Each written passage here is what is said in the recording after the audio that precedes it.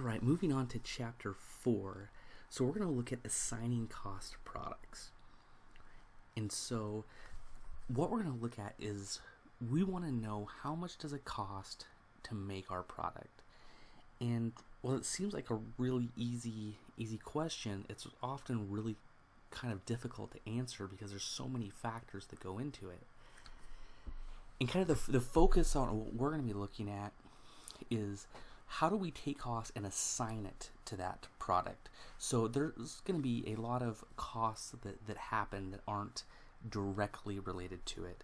So, say if you're making picnic tables, and so it's really easy to figure out, hey, what is the wood cost to make this picnic table? But there's a lot of other costs that are maybe in some overhead costs that are kind of indirectly related to it, where it makes it hard to say, hey, how much of this cost goes to picnic tables versus maybe it's something else like patio chairs or something like that.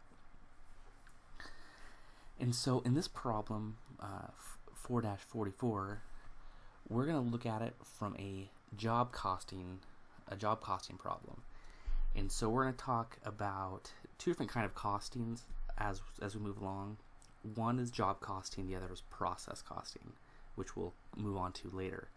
So job costing is when you can whatever you're building or making is you can identify and differentiate a single unit, so you can assign assign cost to that unit. And so that's going to be something where you're making a unique product, a lot of custom-made goods, stuff like that. Whereas process costing, that's going to be something where it's more of a continuous thing. That's like making M&Ms, making cereal, processing dairy milk, that kind of thing, where you can't identify one little specific ounce of milk or one M&M. You're not assigning cost to it, but you're assigning cost to an entire process. So anyway, in this problem, we're just going to look at a job costing problem. So in this problem, we have a steel company that supplies structural steel products to the construction industry. And they have given us cost estimates for their process. And so they have overhead cost, estimated direct labor hours, estimated machine hours, and they have 3 different departments. So they have a cutting department, a grinding department, and a drilling department. Then they give us information specifically to a specific job. So how many direct labor hours they use for each department, and how many machine hours they use for each department to complete this job. So in part A, it says, suppose that a plant-wide cost driver rate is computed by dividing the plant overhead cost by the plant-wide practical capacity, direct labor hours, to determine the overhead cost applied to the job. Okay, so what that is saying if we take our 3 departments and then take all of our cost, so right here,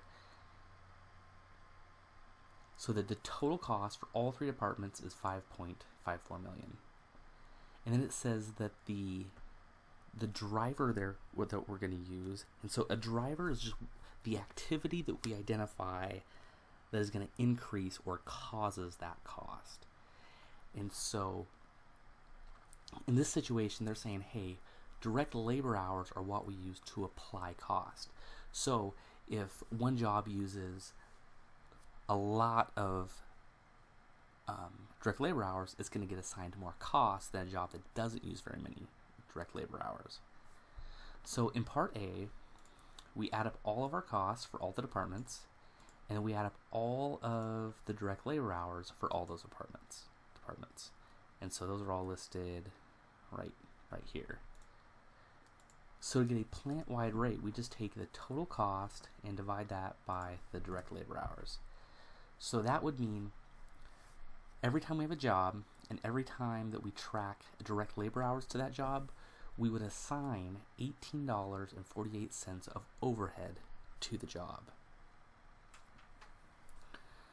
So if we look at this specific job, job 101, it tells us that it had direct labor hours in these three departments, so right here, of 2,000, 2,500, and 3,000, for a total of 7,500 hours.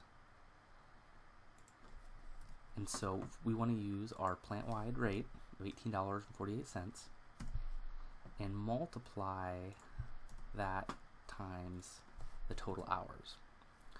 So that means for this whole job, we would allocate overhead at $138,600. And so that might be a great way to do things. However, what this does is we're taking a lot of different departments with a lot of different kinds of costs and different kinds of overhead, and we're just aggregating that together. And anytime you aggregate information, you lose information. You start losing the cause and effect relationship. So if all possible, we want to look at this more specifically. Instead of using a plant-wide rate, we want to use a department overhead rate.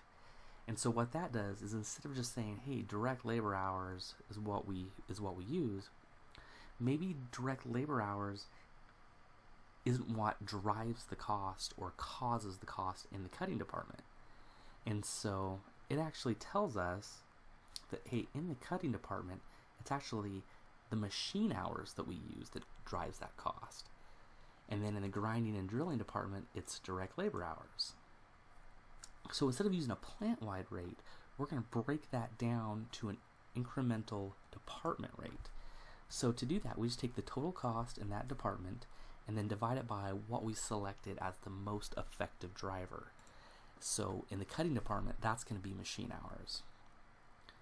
So that's saying that for every machine hour, we should allocate 53 cents of overhead cost. For the grinding department, we divide our cost by the direct labor hours. And for the drilling department, we also use direct labor hours.